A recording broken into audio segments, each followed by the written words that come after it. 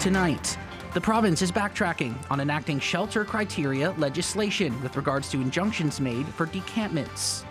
Plus, nominations are now open for the BC Small Business Awards, providing a chance to nominate your favorite local small business. And a local athlete is preparing to compete in the 2024 Paralympics in Paris.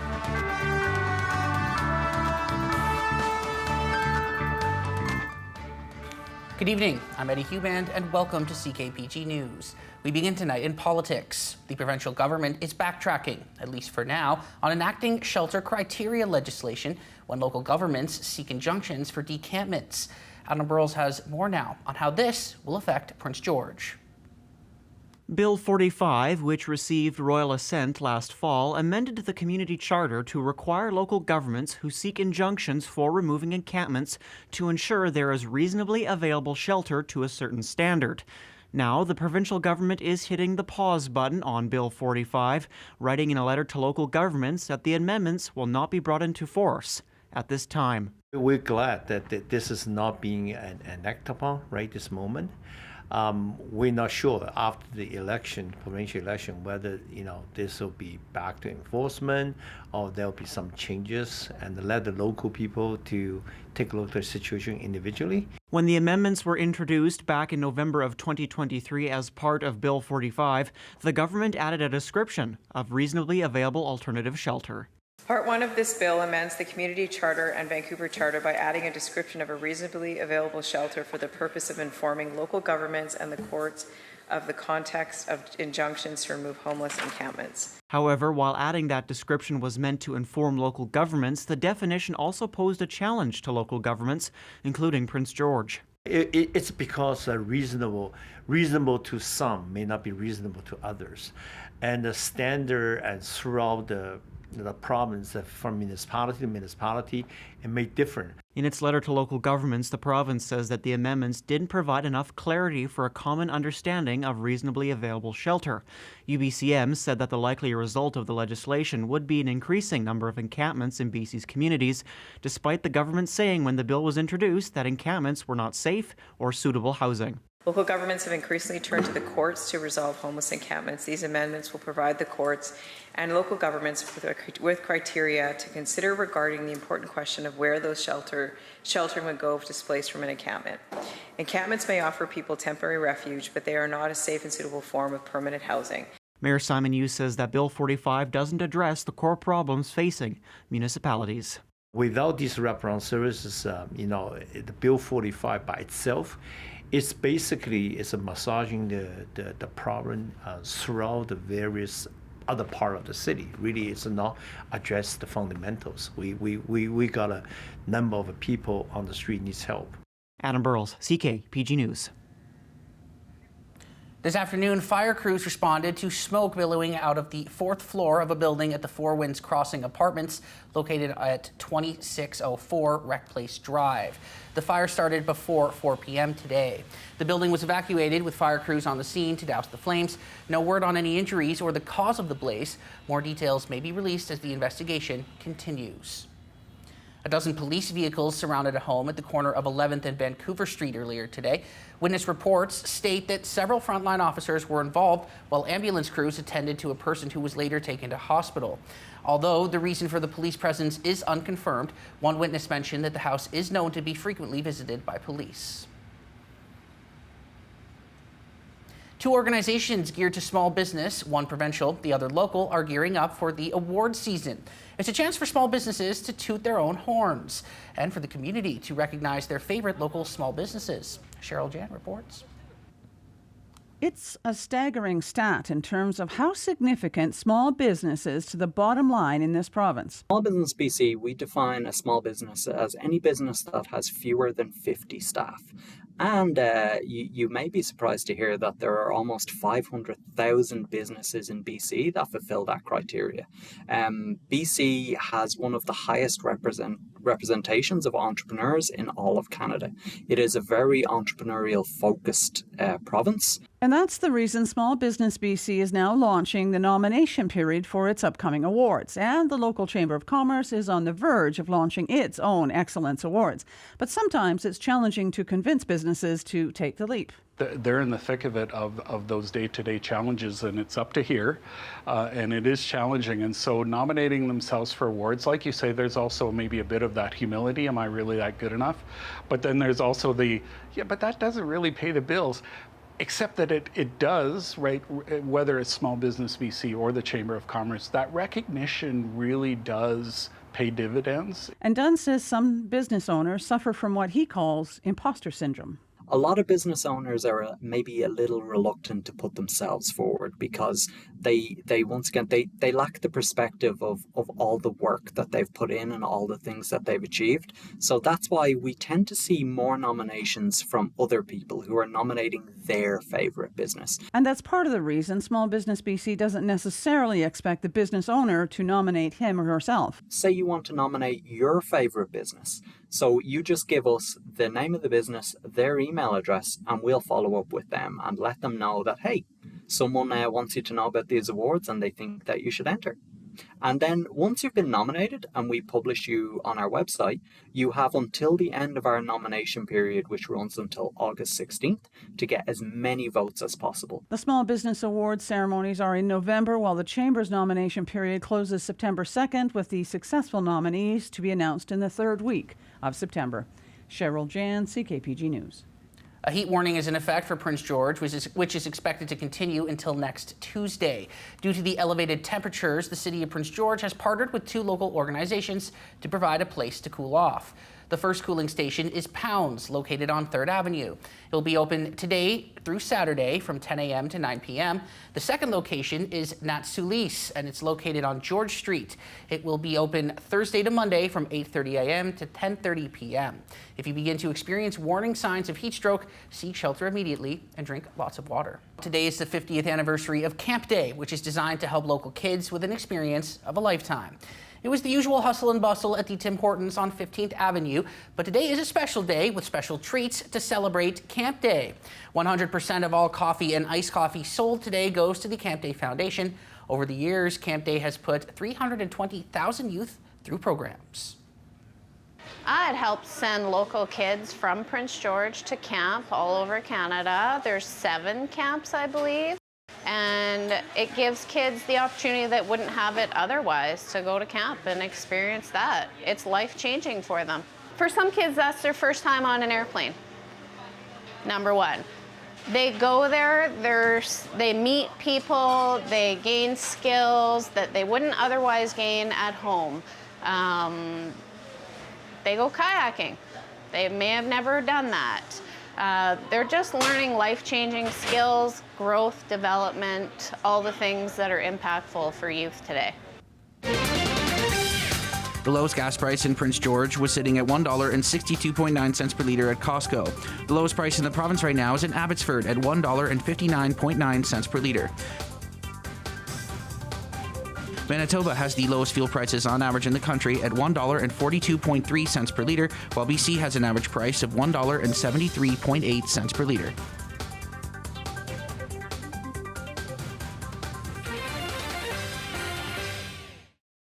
CKPG Sports is delivered by Domino's.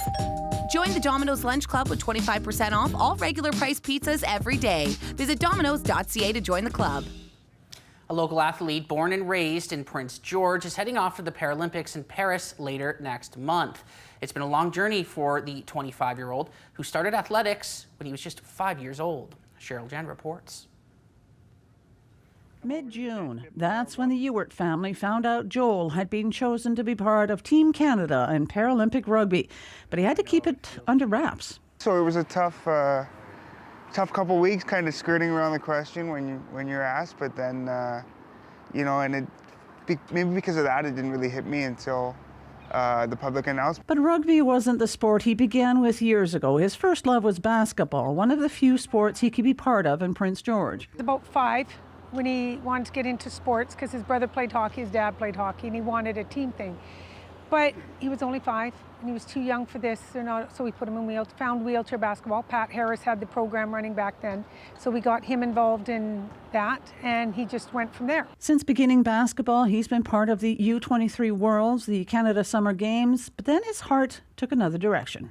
When I was about 13 or 14, some people suggested that I I tried wheelchair rugby as well, and I did, and immediately I was hooked. There's a lot of similarities between the sports, even though they look a little different, but like the positioning of the wheelchair and a lot of the defensive concepts are the same, and some of the strategy is as well. And the rest, as they say, is history. He says he's been training with his Team Canada teammates for months, and they have built quite a camaraderie. We've known each other for a long time, and we've been training together. We just had camp out in Toronto, and so this group's been training together and building camaraderie and chemistry, and hopefully we can turn that into a gold medal in Paris. He was always the baby. Like when he was 16 playing, and his mentor was 50, like one of the guys, like, you know, that took him under his wing. And a lot of the guys in the team, they're all 30s, 40s. And so now he's sort of up at that point, and it's better fit, but they were all very encouraging. So the tickets are booked, and the Ewart family is Paris bound. Very proud of him. We mentioned earlier this week that a pair of Prince George Cougars will be looking to represent Canada, but they aren't the only ones. Cameron Schmidt of the Vancouver Giants has also been invited to Canada's National Men's Summer Under-18 Selection Camp. Schmidt, who was born in Prince George, had a great year with the Giants. He had 58 points in 59 games, finishing 6th in scoring among WHL rookies. He also recorded 4 goals against his hometown Cougars this year. He'll now battle for a chance to represent Canada at the 2024 Hlinka Gretzky Cup. The selection camp is set for July 27th to the 30th in Calgary, with a tournament in Edmonton from August 5th to the 10th. The TSX is down 144 points to close at 22,851. The Dow Jones is up 244 points to close at 41,198. And CN Rail went down 56 cents to close at $168.37. Good evening, everybody. We are in for hot weather. It continues. It's not really ending anytime soon. There's no real systems moving in to break down this ridge of high pressure that's just been dominant right across the entire province.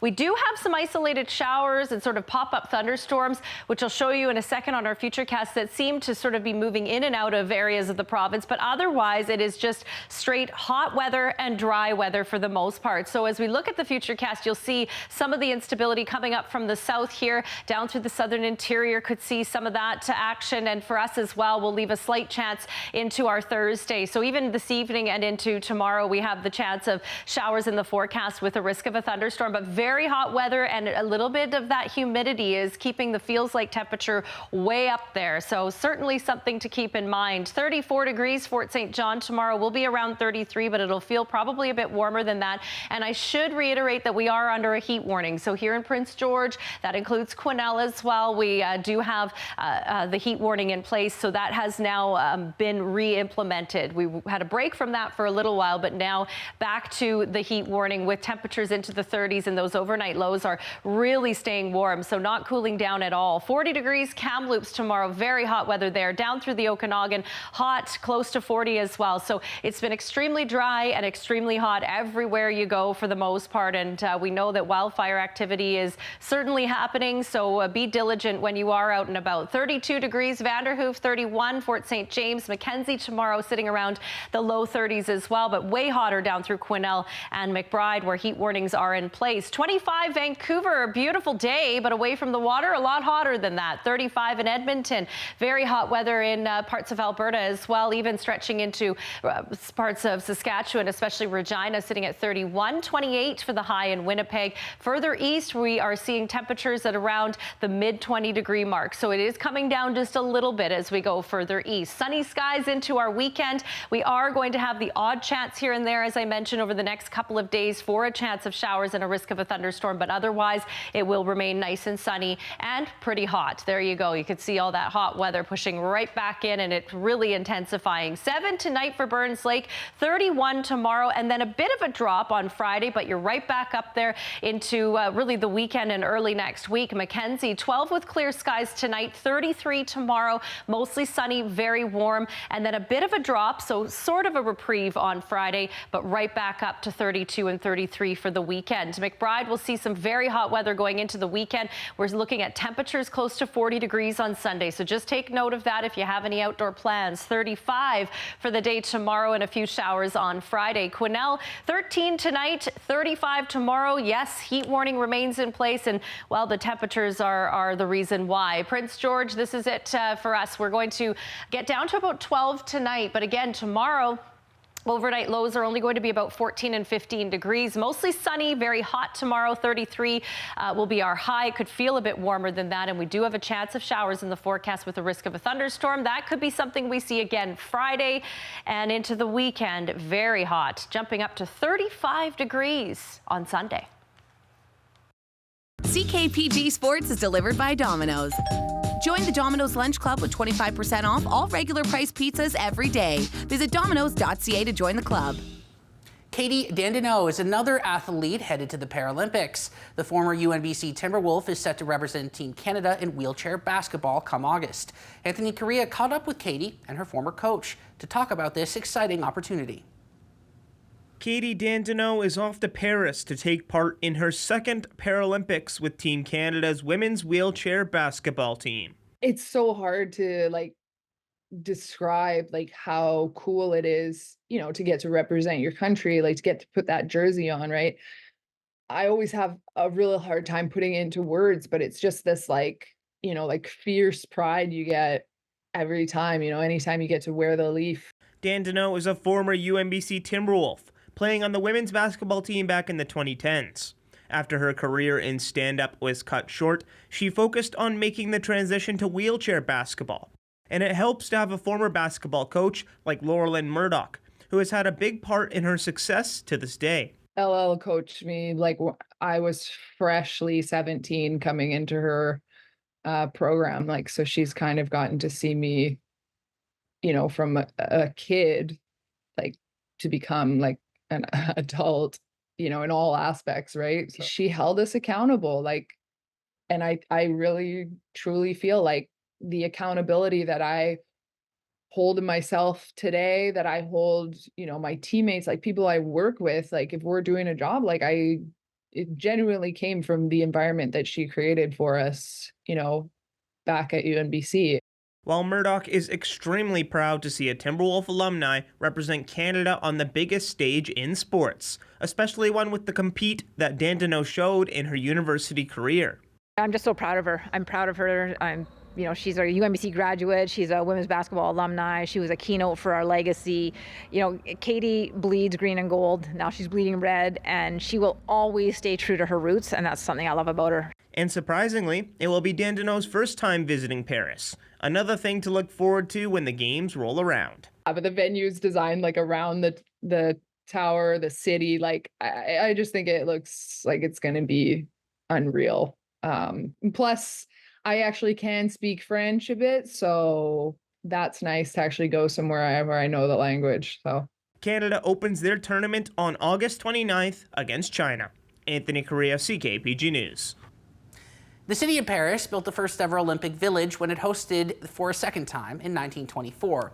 It was a primitive design back then, but today athletes will arrive to a huge operation featuring some of the latest innovations to help them reach peak performance. Sleep is one of the most important aspects of an athlete's preparation. Olympic and Paralympic organisers say the summer heat shouldn't keep them awake in Paris, despite a lack of air conditioning in rooms as standard. All apartments have an underfloor cooling system that can reduce the temperature of an external temperature from 6 to 10 degrees. Many teams, including Canada, are paying for extra AC units to make sure stars stay cool. These cardboard beds were first rolled out at the Tokyo Games. The designer is eager to reassure athletes that the frames are up to just about anything. We designed this cardboard bed for 3 or 4 people jump on that. Because after he got the medal, people become very happy. The beds will be customised for each of the around 14,000 competitors at the Olympics and Paralympics. Staff also hope that quieter electric vehicles like these will help make the village more tranquil, as long as your room isn't near the bar.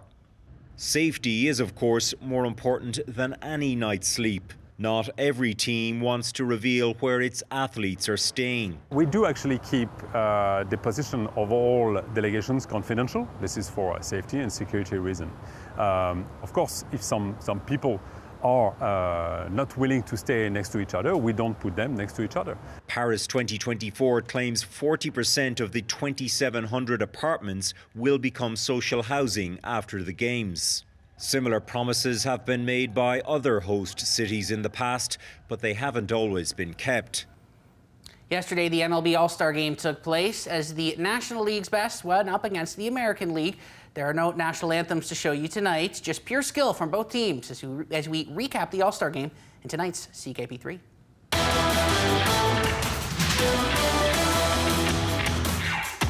Shohei gets this party started. 316, 30 homers. It's just incredible. It's a ball hard, way back to right field. Soto doesn't even move. Ohtani has homered in the All-Star Game.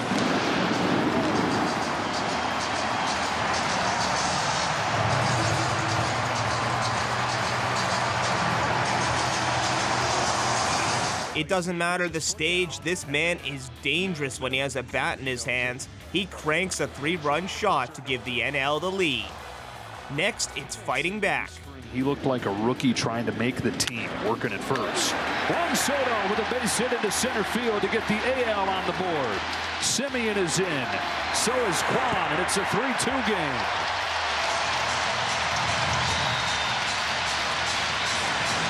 Juan Soto switches teams with his trade to the American League Yankees. He does some damage to kickstart the AL in gear. Finally, Duran puts the cherry on top. Here's a high fly ball off to the bat of Jarren Duran. That one will leave the yard and give the American League its first lead of the night. Boy, this dream season for Jarren Duran continues here with a home run in the All-Star Game. It's the game-winning 2-run home run in the 5th inning for Jarren Duran. The AL beats the NL by a score of 5-3 and takes top spot in tonight's CKP3. That's it for tonight, folks. Thanks for joining us as always. We'll see you tomorrow. Have a great one.